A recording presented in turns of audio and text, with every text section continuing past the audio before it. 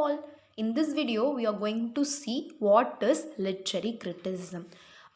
You will have a doubt on seeing the topic, why the same topic is again and again repeating. The main topic is the same, but we are having minor subtopics, so we have to deal with it. That is why the topic is similar for many of the videos.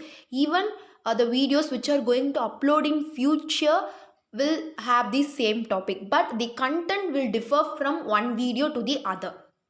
So literary criticism, as I already told in the previous video, that both criticism and literature are interrelated. Okay, so they are like twins, so twin bond. It is concerned with defining, classifying, expounding and evaluating works of literature. In the previous video, I already told that the job of critics is to evaluate. They have to measure the worth of a text. So that is what the critics will do. So criticism is evaluating the literature works. Then increased number and lot of questions. Every day literature works or tend to increase, and in the same way criticism too increasing. So as both are increasing, we have lot of questions related to literature and criticism. Okay, and then we have 4 types of approaches. This is what we are going to see in detail in this video. So what are the 4 approaches? You have to watch this video fully without skipping any part of the video. I am not saying this that if you watch this video fully without skipping, that I can get watch hours. For that sake, I am not telling.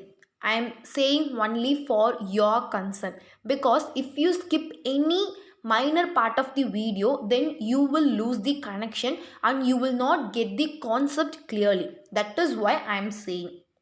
Okay, so we will see the concept. There are 4 types of approaches. The first one is context oriented approaches. The next one, reader oriented approaches. The third one, text or language oriented approaches. The fourth one and the last one is author oriented approaches. On seeing the name of the approaches itself, we can come to a conclusion that what type of approach it might be. So context means their main concern is only on the text, context. Okay, and then reader oriented means they will focus on the point of view of the readers. They will focus on the reader's point of view. And then text or language means they will focus only on the text and language. Author means they will focus on author. This is what criticism. So you have to connect it and you have to understand it in a simple way. If you make it complicated, then you will confuse everything. Okay, so we will see each of the approaches in detail now. Context oriented approaches. In context oriented approaches, we have several subcategories. I already told what is context oriented. So they will analyze a work using the context. They will have a reference of only the context. They will not consider the author, the text, or they will not consider the reader. So whatever the approaches, they will concentrate only on that particular oriented approach. Okay, so in context oriented approaches, we have psychological context. Psychological context means they will analyze a work in a psychological perspective. Okay, so psychological perspective. Then context of gender. By seeing the word gender itself, you can come to a conclusion that it is related to feminism. We all know. So it is the issues, the oppression faced by faced by female based on gender. So this is what they will analyze using that feministic point of view. Then historical context means this will be fully based on facts. They will analyze a work using the historical events. And then colonial context means we have colonialism, the occupying of colonies. So they will use colonialism, that is colonialistic theory, in order to analyze a context. And then socio-economic context means the socio-economic problems which are prevailing in the society will be focused. And then in socio-cultural context means the connection between society and culture will be concentrated on socio-cultural context. And then reader-oriented approaches. In reader-oriented approaches, we have reception theory or reader-response theory. Their focus will be only on the readers. If you write a particular thing, what the reader will think, whether he will take it in a good way or whether it will lead him in a bad way, like that they have to think. Their focus will be focused only on the reader's point of view. That is what we will discuss in reader oriented approaches. And then text or language oriented approaches. In text or language oriented approaches means they will focus only on the text, how the language is, whether it is more decorative or it is appealing, like that they will analyze it. So in text or language oriented approaches, we have formalism, practical or new criticism, structuralism and stylistics, post-structuralism and deconstruction. Don't worry that I have given only the headings of the criticist theories. I will explain all the theories in the further days. Okay. Some of the theories are explained in this video itself. So we will see what is what. Okay. Next, author-oriented approaches. In author-oriented approaches, the focus will be only on the writer's mind. What the writer has in his or her mind will be expressed in his or her writing. He need not to concentrate on the context, or he need not to concentrate on the language or the reader. He can concentrate only on his mind. So classism and humanism of various kinds. That is, every human will have a different nature. So the nature of humans will vary from person to person.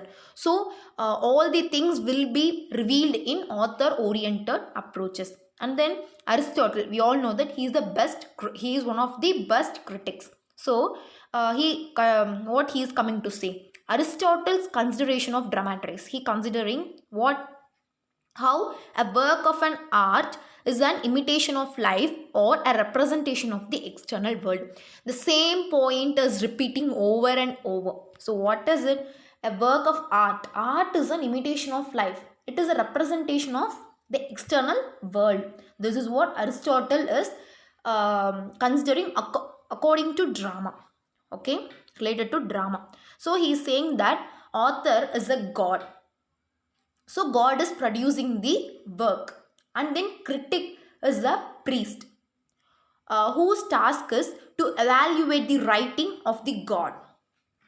Okay, so author is the God, he is producing a work, and then critic is a priest. He has to evaluate the worth of the text produced by the author. And then reader-oriented approaches. Reader-oriented approaches means they will focus only on the reader. So here it will accept heterogeneity because there are numerous readers. So all the readers will not have the same mentality of mind. The mentality of mind will change from one reader to the other reader. And then we cannot say that mentality will change from one reader to the other reader. The mentality of one reader will change from one second to the next second. If he is in a happy mood, he will love to read pleasant books, some comical books like that and all. He will love to read pleasant books. And if he is in a sad mood, then he loves to read any comic books or some motivational kind of books. And then if he is in a depression, then he loves to read some self-development books like that and all. So it will differ. So in reader-oriented approaches, they will accept heterogeneity. It is the one point which is not discussed in all the remaining three approaches. Okay, and then treat the reader as another author or producer. Since they focus only on the reader, the writer will treat the reader as an another author or a producer. Okay, and then growth of democracy and middle class readership contributed to the importance given to readers. In ancient days, only the rich class people have the habit of reading. Nowadays, even the working class people have started to read. So because of the democracy and the middle class readership, much importance is given to the readers than in the olden days, because everyone has started to read. So more importance and much importance was given to the readers. So this is what reader oriented approaches are. So I have explained you the both approaches, that is author oriented approaches and reader oriented approaches, and then the remaining approaches are context oriented approaches and text oriented approaches. So the remaining two approaches are a very vast topic, so we need a separate video to discuss that two approaches. So I will upload the remaining two approaches in the next video. Okay, keep waiting till that, and then if I upload a new video, and then you can watch it, and then you will understand the whole concept of approaches. Thank you.